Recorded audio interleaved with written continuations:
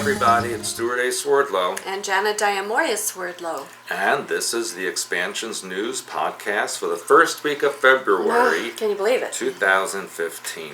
Snow coming.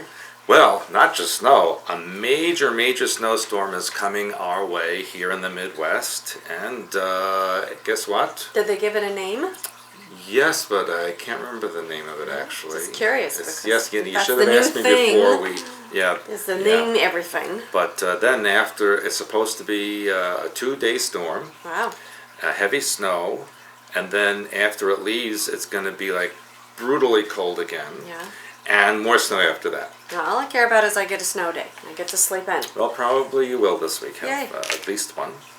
And I don't have very much, and I'm going to move quickly along today. One bit of information that I found interesting was that a defector, I don't know if it's a defector or someone who kind of ratted out information about ISIS in Syria, but they said they were bombed out of the city of Kobani, and all the ISIS people left. So where's Kobani? It's in Syria near the border of Turkey. But the interesting thing is they said they left because there was nothing left to occupy, because every single building was destroyed, so they left. Well, that's very odd. Yes. And similarly, related to that, and of course by the time you get this podcast, I don't know if that will change, but they're still holding the Jordanian pilot and the Japanese news person that's been threatened with beheading if the people jailed in Jordan aren't released. But, you know, I was very happy with the Jordanian government. You know what they said? What? They said, if you kill our pilot, we will execute every one of your prisoners in our country. Well, do you think they actually have prisoners? They do. Yeah. They do, but I just think, well, good for you. Yeah. That's better than bargaining, which not that I'm agreeing with death and destruction, but, you know... We can't bargain regardless. Exactly. I agree. Yeah. And, by the way, all these so-called journalists that were kidnapped and held captive in Syria and Iraq, you know, the CIA, NSA, they have their spies who going as a cover of either tourists or news people, so they're probably spies anyway. Oh, I'm sure. Now, guess what? Guess what was voted just today on CNN as the safest city in the world?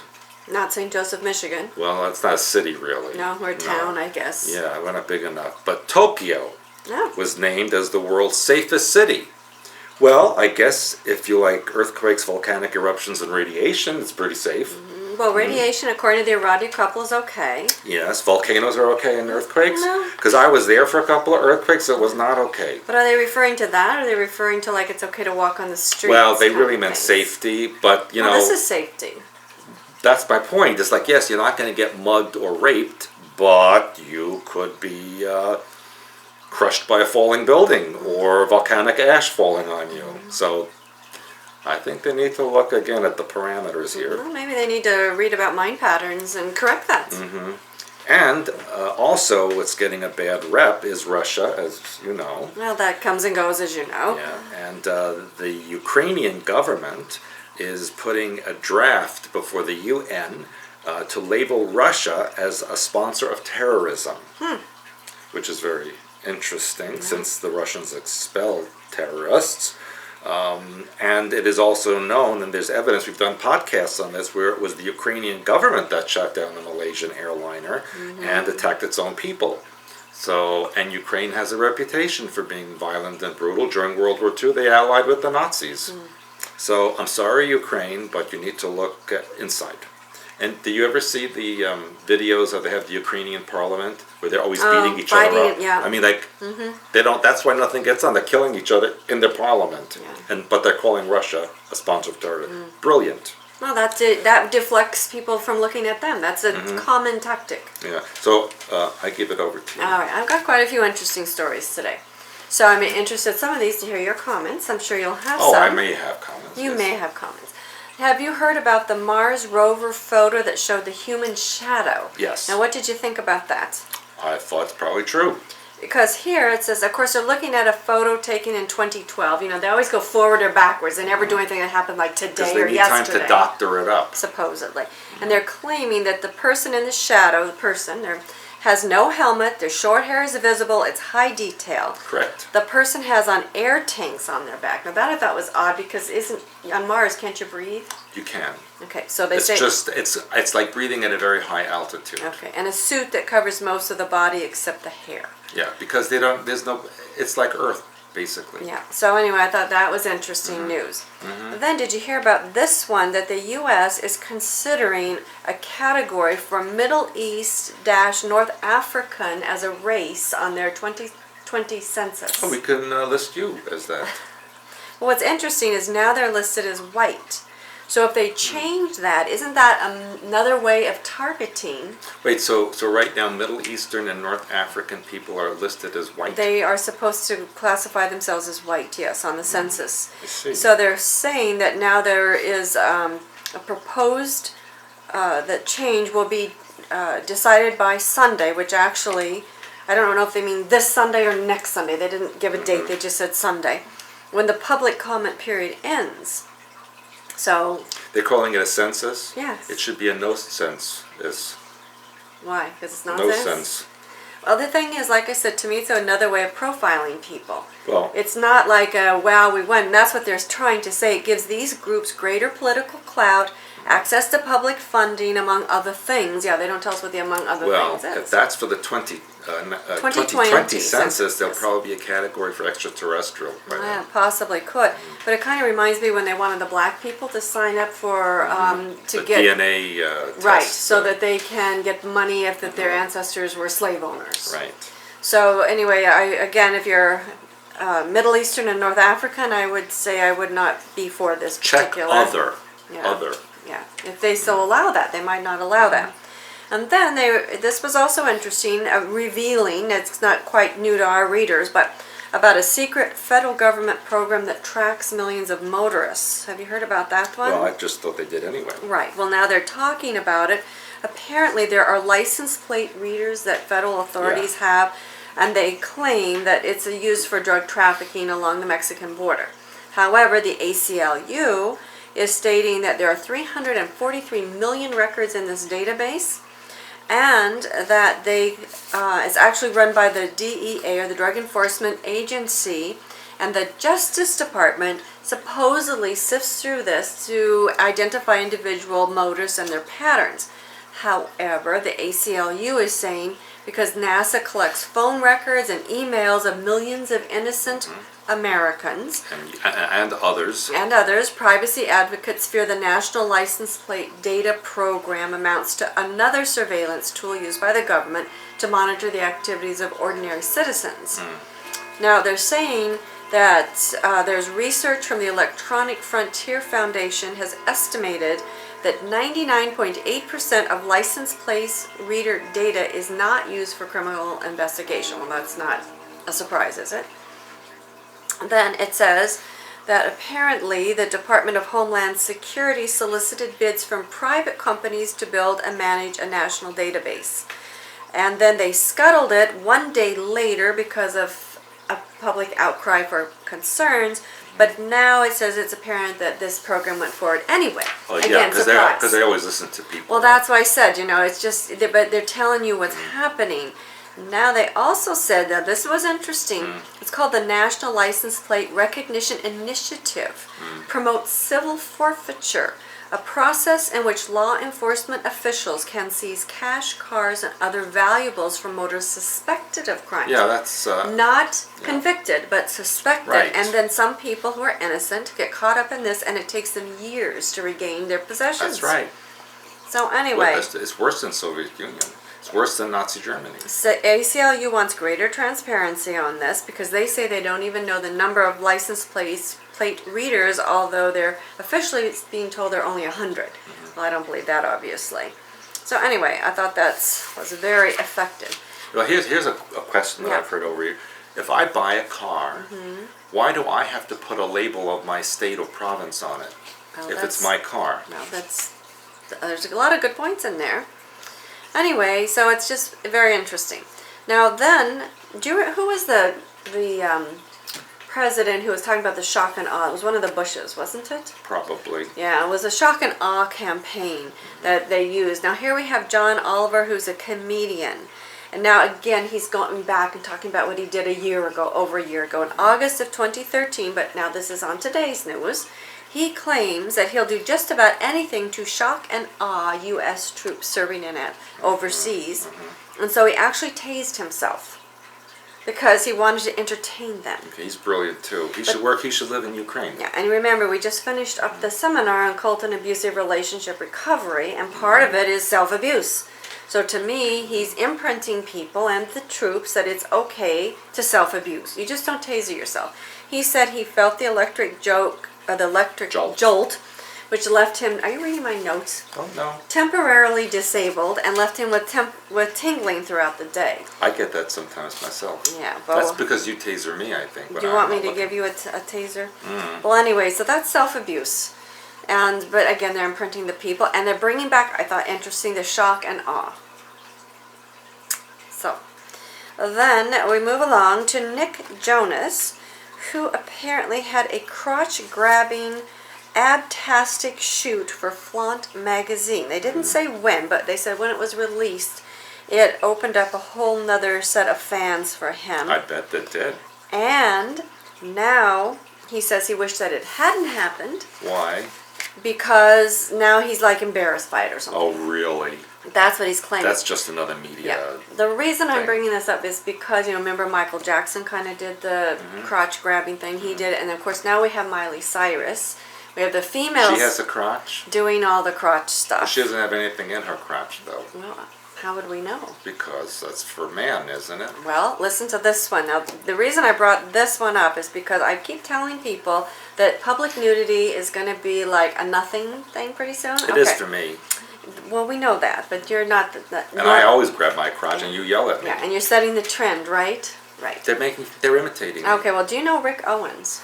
Probably. Not personally. Not personally. Okay, he had a menswear show in Paris. And he said that, and in the article it said now in the fashion shows they're used to exposed nipples, they're used to naked bottoms and bare breasts. Well, now this man had full frontal male nudity in his fashion show. Oh, yes, I remember seeing a picture of that. Yeah, where it actually showed male genitalia. I thought it was just like a little, you couldn't really see. No, you could really see. Yeah. Plus, then there were some of the fashions that had like a peephole where... So, they want men to wear that? I guess. Well, I think they want men to be flashing. So anyway, I thought that was very interesting because this is the first time this has really been done in a fashion show. However, now this was interesting because this is the way you start imprinting people with their food, and they're talking at Acne's Spring and Summer 2015 party. Guests were fed penis-shaped canapes. And then, after a Spring and Summer 2014 show, Walter van Beirendonk put penises into his metallic snakeskin brogues. And after the Spring and Summer 2015 show, I was saying 2015. We're not, maybe this must be their Spring and Summer show. Maybe they do it in the winter, I guess. Tom Ford, Erdem, and Christopher Kane featured exposed nipples. While the latter have said to be almost routine, they tend to appear every season in some capacity. However, now is the time for penises to be shown. I think they need therapy. A lot of people are going to need therapy if they continue along this path. Although I do wear sometimes old clothes in the summer, and you can, that happens. Yeah, but that's because you're I have in like there. a hole in that Yeah, spot. you're ripping the holes. I see you in your room and cutting out little peephole things. And did you know, now this is now, I guess, official news that Bruce Jenner is transitioning to a woman? I thought he looked like a woman. Well, that's what now they're officially, I guess, announcing. He looks that. like a woman. And I had announced a few podcasts back that he was shown with painted But why at that nails. age? I think it is to imprint people of that age. Again, it's mixing up people. They don't know if they're man or female. That's really, male, female, transgender, not transgender. For goodness sake, what gay, are lesbian. What's he going to do at that point? Well, I'm just telling you, it's all about mixing up people's mind patterns and imprinting them. So anyway, I thought that was interesting. So apparently they're, look forward, quote unquote, to hearing more about that. Didn't I tell you he looks like a woman like a year ago? I said Yeah. he has long hair. He's removing his Adam apple. He's dressing. It's like, what is he? Yeah. So, but it's telling people that they don't know what they are, and so follow the icons. And now this was interesting, and I actually put this on one of my blogs because I have been talking a lot about health and healing in my January blog. That's going to continue into February on a different vein. And I'm telling people, which we talk a lot, just because people look healthy on the outside doesn't mean they're healthy on the inside. And that's what a lot of our work focuses on, is the energetics. The energetic grid that the physical body builds itself upon, which basically originates in the mind pattern. And so, whenever we post on Facebook anything about vegetarianism or whatever, people start, just deluging us with pictures of, this guy's a vegetarian, this person's a vegetarian, look at the muscles, blah, blah, blah. So I found this one, and we find it all the time, but I'm going to bring it out specifically. There's a 23-year-old Russian tennis player. Did you read about her? She was hailed as the next Anna Kournikova. Yes. That dropped dead during a training session. Yes, I heard. 23 years old, beautiful woman. She was beautiful. Yeah, Violetta, and you can read her last name for me. Dektyareva. Yeah, that's it. Anyway, she was absolutely beautiful. And all of a sudden, she was one of the highest earning stars on the International Tennis Federation Pro Circuit when she died on January 12th, which our condolences. However, what I said on my blog is, she is a poster child for outer beauty, and people would be saying, oh, I want to do what she does, I want to know. I think there's more to it. I think she was maybe not just a tennis player, and maybe she did something and somebody got rid of her. That's possible too. But my point is still, we have a lot of people who look very beautiful and fit on the outside who suddenly drop dead because they're not well taken care of on the inside. And so I want to remind people that we will be doing our fasting and detoxification webinar coming up very soon. Yeah. And also we will be doing a group 3-day fast. Well, of course you won't be here. Oh, darn. You'll be missing that one. But the point is we must learn to take care of the inside of the body. We have to learn about the energetics of the body. You have to be able to see and feel. And that's what I was teaching them in the January class. Or I call it a class. It's an online class, really, my blogs, about how to deal with the energy that runs inside the body. So we're not just looking at the outer and saying, oh, this person is healthy. Because there are so many athletes that just drop dead consistently. So they're from a variety of reasons. But please consider joining our fasting and detoxing webinar as well as the 3-day group fast if you are interested in the internal health of the physical body, as well as consider the membership side where we do work on the blogs, which are like an online class. So we did great work, health and healing, in January. February's topic is a focus on detoxifying the mind and body. So very interesting stuff that's happening on the member side, as well as your articles, of course. Yes. All right, and then we have lots of interesting things coming up, just one after another. Right? We'll start from summer of 2016. You like to go backwards. Yeah, we're going to go backwards just for fun. But so you can start saving your pennies or getting your vacation time off or whatever you need to do, because we're going to be hosting again a Bosnia Pyramid and Spiritual Sites tour. And we're going to be joined by paranormal researcher and author and tour director Mary Sutherland of Burlington, Wisconsin. She has fabulous research material. Look it up. She's doing research on pyramids under the Great Lakes, which we have talked about extensively. She will also be a speaker along with Dr. Osmanagic at our October 2015 annual conference here in St. Joseph, Michigan, along with you and me, presenting some of our latest I'm invited. research. You're invited. I didn't get an invitation, actually. I'll make sure you're on the list. So this one will be called, or is called, Hidden Histories and Mysteries, Digging Deeper, and teaching you about how to dig deeper inside so that we can help everything on the outer world that's hidden rise to the surface. So that's always a very fascinating topic. And then we have in August, we're working on a radionics workshop, which will be focused on frequency, so that's going to be fascinating. We have in April, we have our Addicted to Addictions, Get Hooked on Health Instead seminar, and that's also going to be fascinating. We just finished up the cult and abusive relationship recovery. That was a good one. We're going to be going into that even in more depth. Can they get that on pay-per-view? Yes, that's Because I really advise that. It was a fantastic one. Yes, and if I you're must say basically so. on this earth, most likely you can use the information, and that was one of the interesting things that people who participated weren't sure if they had been abused or not. So I think right there, it's just pretty amazing what happens to people and they don't really label it for what it is. So watch for that to come available on pay-per-view very, very soon. Then we have the Free Your Mind Conference. In Bucks County, Pennsylvania. Yeah, where Stewart will be speaking Don't there. say that too quickly because you could make a mistake. That's right. So you have to be careful with the Bucks County. If you put in expansions when you buy your ticket, you get a $20 discount. So you want to be sure and do that. In March, we'll be having another webinar focused on defining the human-animal mind, which most people don't understand. And you will find out how the global handlers use that to control you. So that's also a very fascinating topic. And then, what do we have?